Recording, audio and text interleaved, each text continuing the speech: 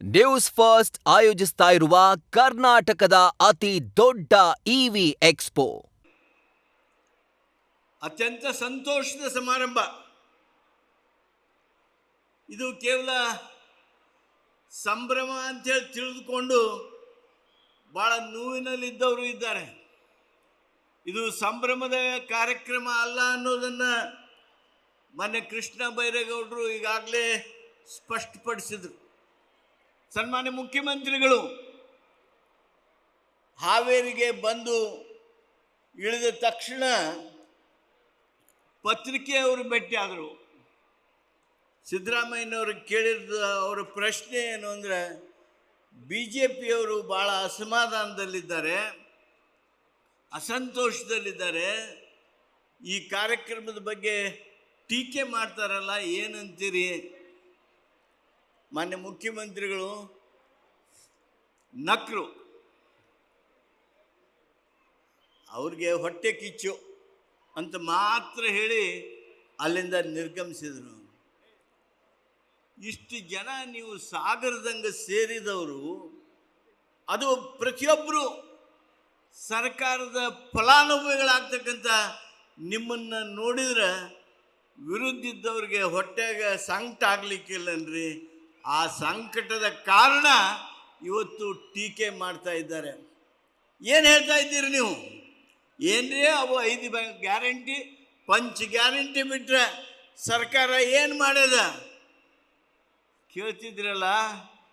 ನೀವು 4 ವರ್ಷ ಏನು ಮಾಡಿದ್ರಿ ಅದನ್ನು ನಾವು ಮಾಡಲಿಲ್ಲ.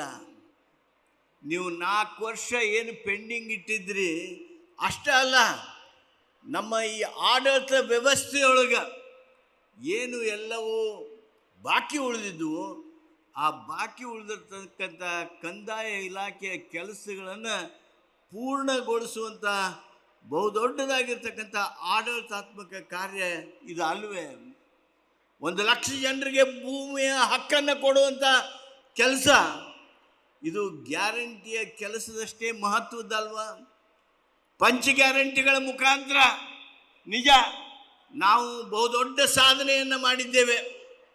ಪಂಚ ಗ್ಯಾರಂಟಿ ಅದು ಅನ್ನಭಾಗ್ಯ ಇರ್ಬೋದು, ಗೃಹಲಕ್ಷ್ಮಿ ಇರ್ಬೋದು, ಗೃಹ ಜ್ಯೋತಿ ಇರ್ಬೋದು, ಯುವ ನಿಧಿ ಇರ್ಬೋದು, ಶಕ್ತಿ ಕಾರ್ಯಕ್ರಮ ಇರ್ಬೋದು. ಇವುಗಳ ಮೂಲಕ ನಾವು ಬಹುಶಃ ತಮ್ಮೆಲ್ಲರಿಗೆ ಆಶ್ಚರ್ಯ ಆಗ್ಬೋದು, ಜಗತ್ತಿನಲ್ಲಿ ಅಲ್ಪ ಅವಧಿಯೊಳಗೆ, ನಾನು ಹೇಳೋದು ಜಗತ್ತಿನಲ್ಲಿ ಅಲ್ಪ ಅವಧಿಯೊಳಗೆ ಒಮ್ಮಿಂದೊಮ್ಮೆಲೆ ಒಂದು ದೊಡ್ಡ ಜನಾಂಗಕ್ಕೆ, ಸುಮಾರು 7 ಕೋಟಿ ಜನಸಂಖ್ಯೆ ಇರ್ತಕ್ಕಂಥ ಒಂದು ದೊಡ್ಡ ರಾಜ್ಯಕ್ಕೆ ಬಡತನವನ್ನು ನಿರ್ಮೂಲನೆ ಮಾಡಿರ್ತಕ್ಕಂಥ, ಬಡತನವನ್ನು ಬೇರು ಸಹಿತ ಕಿತ್ತೊಗೆದಿರ್ತಕ್ಕಂಥ ಯಾವುದಾದ್ರೂ ಕಾರ್ಯಕ್ರಮ ಇದ್ದರೆ ಅದು ಪಂಚ ಗ್ಯಾರಂಟಿ ಕಾರ್ಯಕ್ರಮ. ಅವುಗಳ ಅನುಷ್ಠಾನ 100ಕ್ಕೆ 99ಕ್ಕಿಂತ ಹೆಚ್ಚು ಶೇಕಡ ಇವತ್ತು ಅನುಷ್ಠಾನಗೊಳಿಸಿ ಬಡತನವನ್ನು ನಿವಾರಣೆ ಮಾಡಿರ್ತಕ್ಕಂಥ ಕೀರ್ತಿ ಯಾರಿಗಾದರೂ ಸಲ್ಲಬೇಕಾಗಿದ್ದರೆ ಅದು ನಮ್ಮ ಕಾಂಗ್ರೆಸ್ ನಾಯಕತ್ವವನ್ನು ವಹಿಸಿರ್ತಕ್ಕಂಥ ನಮ್ಮ ಮುಖ್ಯಮಂತ್ರಿಗಳಾದ ಸನ್ಮಾನ್ಯ ಸಿದ್ದರಾಮಯ್ಯನವ್ರಿಗೆ ಸಲ್ಲಬೇಕು. ಆ ಸಿದ್ದರಾಮಯ್ಯನವ್ರಿಗೆ ಏನೊಂದು ದೊಡ್ಡ ಬಲವನ್ನು ಕೊಟ್ಟಿದ್ದಾರೆ ಮಾನ್ಯ ಶಿವಕುಮಾರ್ ಅವರು, ಉಪಮುಖ್ಯಮಂತ್ರಿಗಳು, ಅವ್ರಿಗೆ ಸಲ್ಲಬೇಕು. ವೇದಿಕೆ ಮೇಲೆ ಇದ್ದಿರ್ತಕ್ಕಂಥ ಎಲ್ಲ ಸಚಿವ ಸಂಪುಟದ ಸದಸ್ಯರುಗಳಿಗೆ, ಶಾಸಕರುಗಳಿಗೆ ಸಲ್ಲಬೇಕಾಗ್ತದೆ. ನಾನು ಒಂದು ಮಾತು ಭಾಳ ಸಂತೋಷದಿಂದ ಹೇಳ್ತೀನಿ, ಈ ಪಂಚ ಗ್ಯಾರಂಟಿ ಮಾತ್ರ ಅನ್ನೋರಿಗೆ ಈ ಭೂಮಿ ಗ್ಯಾರಂಟಿ, ಇದು 6ನೇ ಗ್ಯಾರಂಟಿ, ಈ ದೊಡ್ಡ ಸಾಧನೆ ಮತ್ತೊಂದು ಕೂಡ್ತಲ್ಲ, ಇದಕ್ಕಾಗಿ ಸಂಕಟ ಪಟ್ಟಿದ್ದಾರೆ. ಬಂಧುಗಳೇ, ಇರಲಿ, ಅವರು ಸಂಕಟ ಪಡಲಿ. ನಿಮ್ಮನ್ನು ನೋಡಿದ್ರೆ ಇಷ್ಟು ದೊಡ್ಡ ಸಂಖ್ಯೆಯ ಜನಸಾಗರವನ್ನು ನೋಡಿದರೆ ನಮಗೆ ಒಂದು ವಿಶ್ವಾಸ ಯಾರಿಗೇ ಆಗಲಿ ಮೂಡ್ತದೆ. ನಿಮ್ಮೆಲ್ಲರ ಪ್ರೀತಿ, ಆಶೀರ್ವಾದ, ನಿಮ್ಮೆಲ್ಲರ ಅಭಿಮಾನ ಇವತ್ತು ಸನ್ಮಾನ್ಯ ಸಿದ್ದರಾಮಯ್ಯನವರ ನೇತೃತ್ವದ ಕಾಂಗ್ರೆಸ್ ಸರ್ಕಾರಕ್ಕೆ ಇದೆ. ನಾನು ಒಂದು ಮಾತು ಮುಂದೆ ಹೋಗಿ ಹೇಳೋದಕ್ಕೆ ಬಯಸ್ತೀನಿ.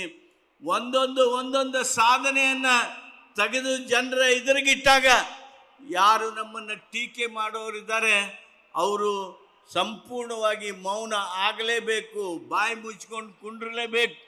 ಯಾವ ಕ್ಷೇತ್ರದಲ್ಲಿ ನಮ್ಮ ಅಭಿವೃದ್ಧಿ, ನಮ್ಮ ಪ್ರಗತಿ ಕಡಿಮೆ ಹೇಳಿ? ಯಾವುದೇ ಕ್ಷೇತ್ರ ತೆಗೆದುಕೊಳ್ಳ್ರಿ, ನೀವು ನೀರಾವರಿ ಕ್ಷೇತ್ರ ತೆಗೆದುಕೊಳ್ಳ್ರಿ. ನೀರಾವರಿ ಕ್ಷೇತ್ರದೊಳಗೆ 16 ವರ್ಷದಿಂದ ಏನು ಜಜ್ಮೆಂಟ್ ಬಂದಿದೆ, ಏನು ಟ್ರಿಬ್ಯುನಲ್ ಅವಾರ್ಡ್ ಬಂದಿದೆ, ಏನು ಬ್ರಿಜೇಶ್ ಕುಮಾರ್ ಕೊಟ್ಟಿರ್ತಕ್ಕಂಥ KWDT 2 ತೀರ್ಪು ಬಂದಿದೆ, ಅದನ್ನು ನೋಟಿಫೈ ಮಾಡೋದಕ್ಕೆ ಸಾಧ್ಯ ಆಗಿಲ್ಲ BJP ಅವ್ರಿಗೆ. ಏನಿಲ್ಲ, ಒಂದು ಪ್ರಕಟಣೆ ಹೊರಡಿಸೋದು. 10 ವರ್ಷದಿಂದ ಹಾಗೆ ಸುಮ್ಮನೆ ಕೂತಿದ್ದೀರಿ. ಆದರೆ ನಾವು ನಿಮ್ಮ ಸಲುವಾಗಿ ತಡಿಲಿಲ್ಲ. ನಮ್ಮ ರೈತರ ಭೂಮಿಯನ್ನು ಸಂತ್ರಸ್ತರು ಯಾರು ಆಗ್ತಾರ ಅವರು ಭೂಮಿಯನ್ನು ಪಡೆದುಕೊಂಡು 1 ಎಕರೆ ಭೂಮಿಗೆ ನೀರಾವರಿಗೆ 40 ಲಕ್ಷ ರೂಪಾಯಿ, 1 ಎಕರೆ ಖುಷ್ಕಿ ಭೂಮಿಗೆ 30 ಲಕ್ಷ ರೂಪಾಯಿ ನೀಡಿ ಸುಮಾರು 75,000 ಎಕರೆ ಭೂಮಿಯನ್ನು ಭೂ ಹಿನ್ನೆಲೆಯೊಳಗೆ ನೀರಿನಲ್ಲಿ ಮುಳುಗಿ ಹೋಗ್ತಕ್ಕಂಥ ಆ ಸಂತ್ರಸ್ತರ ಭೂಮಿಯನ್ನು ಖರೀದಿ ಮಾಡೋದನ್ನು ಒಪ್ಪಂದದ ಮೂಲಕ, ಕನ್ಸೆಂಟ್ ಅವಾರ್ಡ್ ಮೂಲಕ ಖರೀದಿ ಮಾಡೋದನ್ನು ಒಂದು ಕಡೆ ನಿರ್ಣಯಿಸಿದರೆ, ಕಾಲುವೆ ಹರಿದು ಹೋಗ್ತಕ್ಕಂಥ ಪ್ರದೇಶದಲ್ಲಿ ಸುಮಾರು 25,000ಕ್ಕೂ ಹೆಚ್ಚು ಎಕರೆ ಭೂಮಿಯನ್ನು ಖರೀದಿ ಮಾಡೋದಕ್ಕೆ ನಿರ್ಣಯಿಸಿದ್ದೇವೆ. ನಾ ಇದನ್ನು ಯಾಕೆ ಹೇಳ್ತೇನೆ ಅಂದರೆ, ಇವತ್ತು ಈ ಕೆಲಸ ಯಾರು ಮಾಡಬೇಕಾಗಿತ್ತು? ನೀವು ಮಾಡಬೇಕಾಗಿತ್ತಲ್ಲ BJP ಅವರು. ನಮ್ಮ ಉತ್ತರ ಕರ್ನಾಟಕದ ಜನರ ಬಗ್ಗೆ ಭಾಳ ದೊಡ್ಡ ದೊಡ್ಡ ಮಾತಾಡ್ತಿರಲ್ಲ. ಇದು ನಮ್ಮ ಹಾವೇರಿ ಉತ್ತರ ಕರ್ನಾಟಕದ ಹೆಬ್ಬಾಗಿಲಿದು.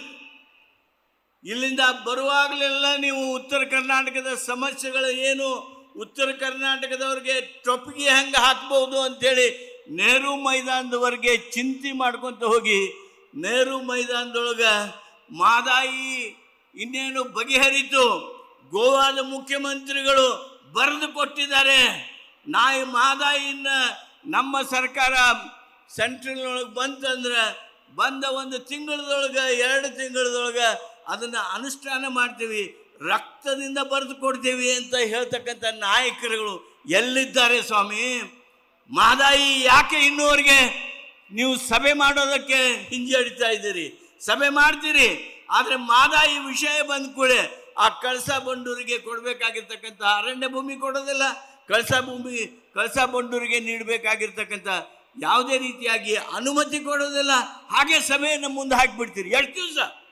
ಯಾವ ಕಾರಣಕ್ಕಾಗಿ? ನಮ್ಮ ಹಕ್ಕನ್ನು ನಮಗೆ ಕೊಡೋದಕ್ಕಾಗಿ. ನಮ್ಮ ನೀರು ನಮ್ಮ ಹಕ್ಕು ಏನು ನಮ್ಮ ಉಪಮುಖ್ಯಮಂತ್ರಿಗಳು ಹೋರಾಟ ಮಾಡ್ತಾ ಇದ್ದಾರೆ, ಆ ಒಂದು ಹಕ್ಕನ್ನು ನಮಗೆ ಕೊಡೋದಕ್ಕೆ ನಿಮ್ದು ಇಷ್ಟು ತೊಂದರೆನಾ?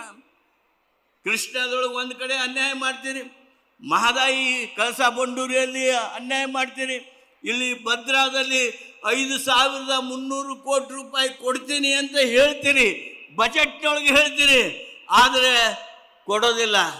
ಜನರಿಗೆ ಮೋಸ ಮಾಡುವಂಥ ಈ ನಿಮ್ಮ ಪ್ರವೃತ್ತಿ ಏನಿದೆ, ಈ ನಿಮ್ಮ ಪ್ರವೃತ್ತಿ BJPಯವರ ಜನರ ಬಗ್ಗೆ ಇರತಕ್ಕಂಥ ಅಗೌರವ, ಅನಾದರ, ನಮ್ಮ ಭಾಗಕ್ಕೆ ಅವರು ಮಾಡಿರ್ತಕ್ಕಂಥ ಅನ್ಯಾಯದ ಕಾರಣ ನಿಮಗೆಲ್ಲರಿಗೂ ಸಹಜವಾಗಿ ಸನ್ಮಾನ್ಯ ಸಿದ್ದರಾಮಯ್ಯನವ್ರ ಮೇಲೆ, ಸನ್ಮಾನ್ಯ ಶಿವಕುಮಾರ್ ಅವ್ರ ಮೇಲೆ, ನಮ್ಮ ಪಕ್ಷದ ಮೇಲೆ, ನಮ್ಮ ಸರ್ಕಾರದ ಮೇಲೆ ಅಭಿಮಾನ ಹೆಚ್ಚಾಗ್ತಾ ಇದೆ.